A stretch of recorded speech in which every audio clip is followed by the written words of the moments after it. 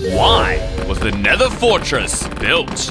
Are there actually ancient Minecraft gods? And what else has Mojang been hiding from us? Starting with, have illagers been stealing souls to spawn the warden? Hold up, how could illagers even extract souls? And I thought the warden was made out of skulk, not souls. I mean, look, they even share that same dark bluish color except for the chest. Wait, what's that pulsing in the chest? That is a much lighter blue. And wait, that looks really familiar. I've seen this before. Guys, if you know where this pulsing comes from, let me know in the comments below. And is that a face? I think that's a face. Look, it looks like a screaming face. But there's only one other block that has a face in Minecraft. And that block is soul sand. But they can't be the same, right? I mean, that soul is brown and the one in his chest is clearly blue, and yet somehow I still feel like I've seen a blue face before. And I reckon it's the particles that soul sand sometimes make when you walk on it. We can actually test to see those particles if we grab ourselves the soul sand enchantment and chuck those on some boots. This will mean that anytime we run over it, we should get those soul particles. Put that on our feet, and let's see what happens when we run across. You guys seeing that? Look at those particles. They start off brown, but then they turn blue. Hold up, but do they have a face? I can't tell. The particles don't last long enough. Maybe rewind the video, guys, unless... No, I have a better idea. We can use a command to just spawn an absolute ton of these particles, right? 250? I think that's enough. Oh my gosh. Guys, look at that. They start off brown, and then the souls turn blue. That's the same blue pulsing in the warden's chest. But wait, does that mean the warden is really made out of souls? But how could the illagers have created him? Maybe Google can help us? Theory, what do the illagers want? I don't know. There's just so much information here, and I don't know what's fake or what's real. Luckily, I found an AI to search through every single website and create a report of the most important information. The problem? This AI is extremely slow. But while I was waiting, I discovered another mystery. Is the Nether Fortress just a boring old structure, or does it have a dark history? I always thought the Nether Fortress was built by piglins or wither skeletons, but this chest proves me wrong. You see, while there are some items you can find in the Nether, like bones or obsidian, these items, you can't get them here. You can only find them in the overworld. I mean, look, this golden horse armor, there aren't even horses in the Nether, and I can certainly tell you a wither skeleton is not looking after them. But then, who would build these structures, and why? After looking closer, I realized that the Nether Fortress was a lot more mysterious than I first thought. Most of the overworld structures have unique shapes and detailed interiors, but this is just bridges that lead to nowhere. And these 3 random rooms. Firstly, this room with a single lava well in the middle. But why would the builders of the Nether Fortress place lava in there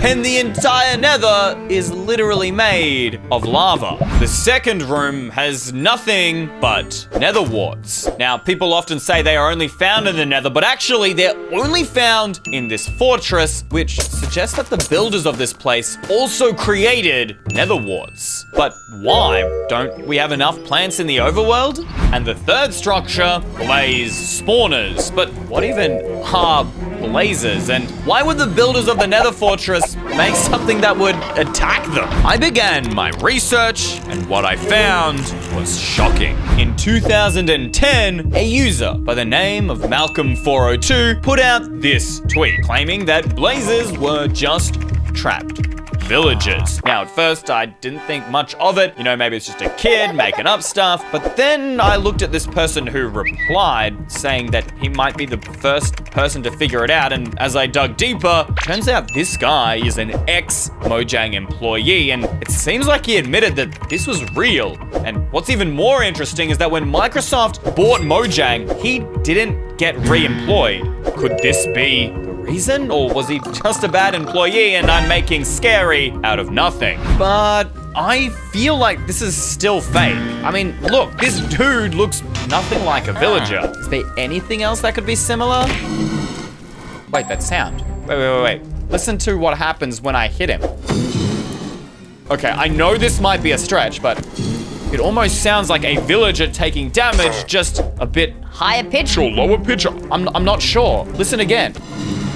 Here's what the original game file sounds like.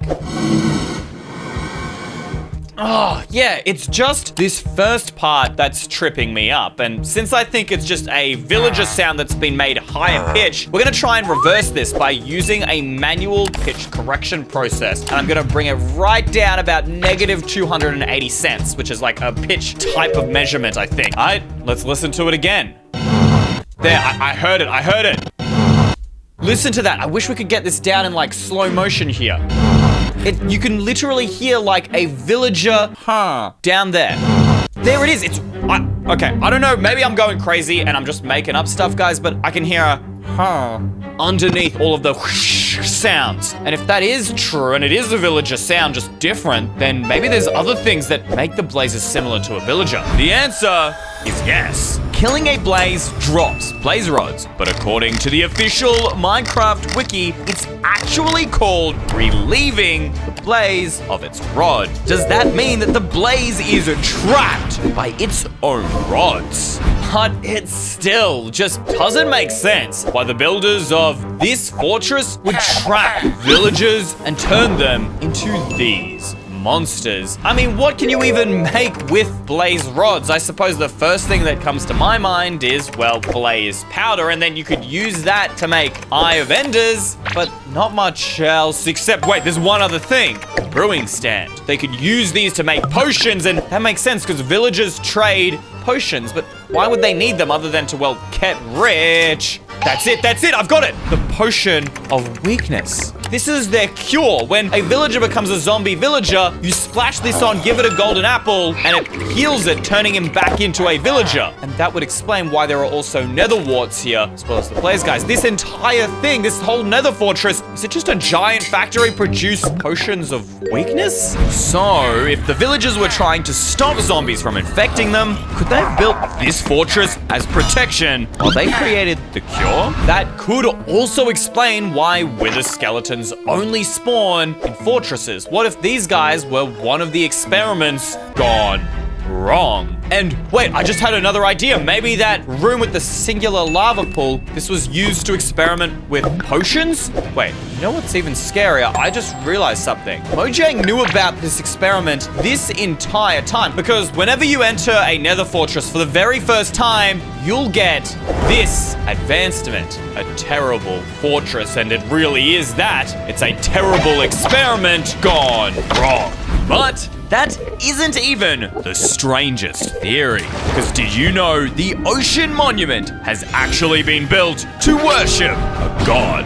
This theory might sound crazy, but I'm telling you, if we jump in the portal after you kill the Ender Dragon, you'll see that Mojang has been hinting about Minecraft gods since the very start. And if you read this conversation, it is clear that two people are talking about you, the player. Look, I see the player you mean. It's EYstream. Yes, it has reached a higher level now. It can read our thoughts. That doesn't matter. It thinks we are part of this game. It just seems so obvious. It's like they're talking like they know everything, as if they created Minecraft, which makes them some kind of god. But then how are the Minecraft gods connected to this? This Reddit post explains everything. These aren't just ocean monuments, they're actually ziggurats. These were massive structures that were built by ancient Sumerians, Akkadians, and Babylonians in order to worship their gods. Now, this theory actually has gotten so much attention that even MatPat made a video on it, but I want to dive even deeper and solve this mystery. I mean, look at how similar these things are, and that's not even the start. You see, ziggurats were made up of mazes to protect all kinds of treasure with a center room like we have in an ocean monument that protects gold. But if this theory is true, then why aren't the ziggurats in real life underwater as well? Well, it turns out they actually were. You see, these structures had stairs leading to the top so that ancient kings could reach safety during the floods, which suggests that maybe Minecraft oceans used to be a lot shallower. But you see, they actually were. They weren't made a lot deeper until the aquatic update, which is also the same update that ocean monuments were added. You see how this is all adding up, guys? It's crazy. So maybe like the gods are, inscribed into these blocks or something. There's got to be another clue. Maybe it's like this pattern here out the front has something to do with the Minecraft god. Do these blocks? No, none of these blocks have any evidence about a Minecraft god. And wait, what kind of god wants sponges? Like, I get the gold, but why sponges? And who even built these monuments in the first place? Was it the drowned or was it the Guardians? It would make sense that the Guardians built this place. After all, they're the only ones who protect it. And you're not able to mine through this ocean monument because of the mining fatigue effect that you get from the Elder Guardian. Is that because this place is sacred to them? But then how could they have built it? I mean, it's not like these dudes have hands. All they've got is these lasers. Unless they use their lasers. And the more I read about the Guardians, the weirder they got. Guardians don't actually drown, no matter how long you leave them on land. Now, this could just be a bug. After all, Mojang is known for them. But then how come these other ocean mobs, like fish and pufferfish and dolphins, they eventually drown and die? So what makes Guardians so special? Did they used to be on the surface? To find my answers, I bought Mojang's official book on all things mob related, the Mob Bestiary.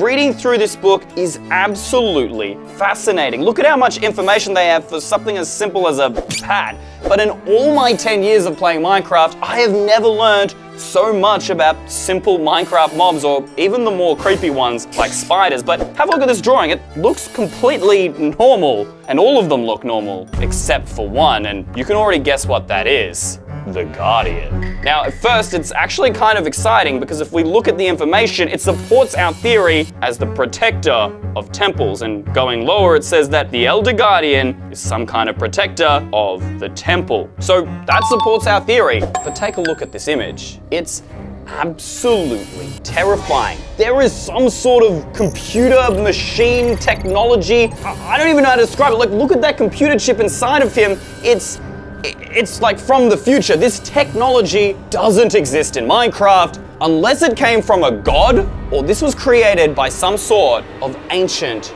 civilization. And truthfully, I don't know. We know that the Guardians are created from some weird technology and that they protect the ocean monument, but beyond that, there's not really any evidence that they worship anything or if there even is a Minecraft god. Oh my gosh, guys, I am exhausted. You know what? I'm gonna call it a day. But as I went to shut down my PC, I got a notification. The AI, it's finally done the report. So we already know that the warden is made out of souls, but now we're about to find out how the Illagers created it. Turns out, this wasn't the first time Illagers created their own monster. They've been capturing mobs ever since they were added in version 1.11. And you can find these innocent souls at pillager outposts inside cages like these. See, we have the Iron Golem and the Ally, and if you actually look at, I don't know, a Voker or a Vindicator or a Pillager, any of the Illagers, look at their faces. They look really similar to the Iron Golem. And what's even worse, these Vexes, see, look, they literally look like allies. These are literally like evil versions of the ally. And the Vex looks just like a soul. But why are the Illagers creating their own monsters? Are they trying to destroy the villagers or something more evil? Or maybe even collect enough souls to open a gateway to another dimension, like the Deep Dark? But those are mysteries for another video.